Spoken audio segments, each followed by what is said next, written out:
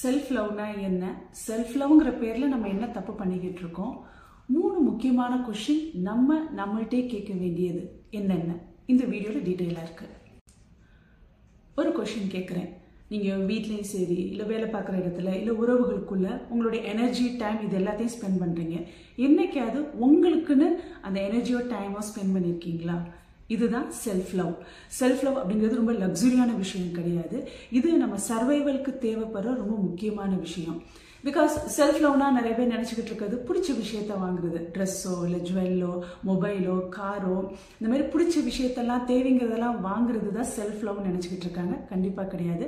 Self love அப்படின்னா நீங்கள் உங்களுக்கு எவ்வளோ மரியாதை கொடுக்குறீங்க, உங்களுடைய உடம்புக்கும் உங்களுடைய உணர்வுக்கும் நீங்கள் எவ்வளோ முக்கியத்துவம் கொடுக்குறீங்க அப்படிங்கிறது தான் self love, real self love. அப்படி நீங்கள் செல்ஃப் லவ்வோடு இருந்தீங்க அப்படின்னா அது உங்களுடைய பிஹேவியரில் எப்படி வெளிப்படும்?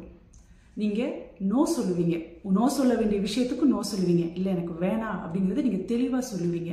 ரெண்டாவது, ஒரு விஷயம் உங்களுடைய வேல்யூஸை மீறி போகுது, அது உங்களுக்கு பிடிக்கல அப்படின்னா அதை உங்களால் ஓப்பனாக டிக்ளேர் பண்ண முடியும்.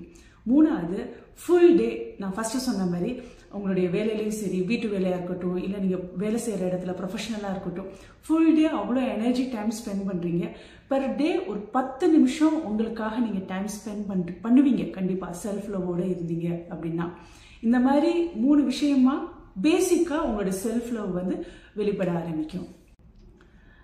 நம்ம இன்னொரு விஷயம் பண்ணிக்கிட்டு இருப்போம், யாருமே என்னை கேர் பண்ண மாட்டேங்கிறாங்க அப்படின்னு சொல்லி கவலைப்பட்டுக்கிட்டு இருப்போம், ஓவராக திங்க் பண்ணிக்கிட்டே இருப்போம்.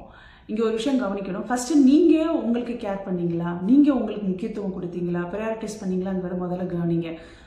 மற்றவங்களுக்கு வந்து எதிர்பார்க்கறதுக்கு முன்னாடி ஃபஸ்ட்டு நீங்கள் உங்களுக்கு தேவைங்கிற விஷயத்த பண்ணீங்களாங்கிறத பாருங்கள். ஓகே, இப்போ ஃபைனலாக ஒரு பேப்பர் பேனாக எடுத்துக்கோங்க. நான் ஒரு 3 கொஷின்ஸ் சொல்கிறேன். அந்த 3 கொஷின்ஸ்க்கும் ஹானஸ்ட்டாக நீங்கள் ஆன்சர் பண்ணுங்கள். அது உங்களுக்கு உங்களோட கனெக்ட் பண்ணுறதுக்கு ஹெல்ப் பண்ணும். Okay, number 1 question. இன்னைக்கு த ஹோல் டேயில் இன்னைக்கு நான் என்னோட எமோஷன்ஸ்க்கு ஏதாவது ஸ்பேஸ் கொடுத்தனா? ஓகே. Number 2 questions. இன்னைக்கு யாராவது என்னை ஹர்ட் பண்ணாங்களா? அப்படி ஹர்ட் பண்ணுறப்ப நான் எப்படி ரியாக்ட் பண்ணேன்? நம்பர் 3 மூணாவது கொஷின் என்னன்னா, நான் இன்னைக்கு நடந்துக்கிட்ட என்னுடைய பிஹேவியர் மூலமாக எனக்கு ஏன் மேலே ரெஸ்பெக்ட் வந்ததா? இந்த 3 கொஷினை டெய்லி அட்லீஸ்ட் ஃபர்ஸ்ட் ஒரு 1 வீக் டெய்லி இதுக்கு உண்டான ஹானஸ்டான ஆன்சரை, நேர்மையாக அதுக்கு உண்டான பதிலை எழுதிட்டே வாங்க. அது உங்களுக்கு நீங்கள் யாருங்கிறத முதல்ல காட்டும். நீங்கள் என்னென்ன ஸ்டெப்ஸ் எடுத்து பண்ணணுங்கிறத அதுவே அதுக்கு உண்டான பதிலையும் கொடுக்கும். முக்கியமாக உங்களுடைய மனசும் உங்களுடைய உடம்பும் நீங்கள் சொல்கிறத கேட்கும். இதுதாங்க ரியல் செல்ஃப் லவ்.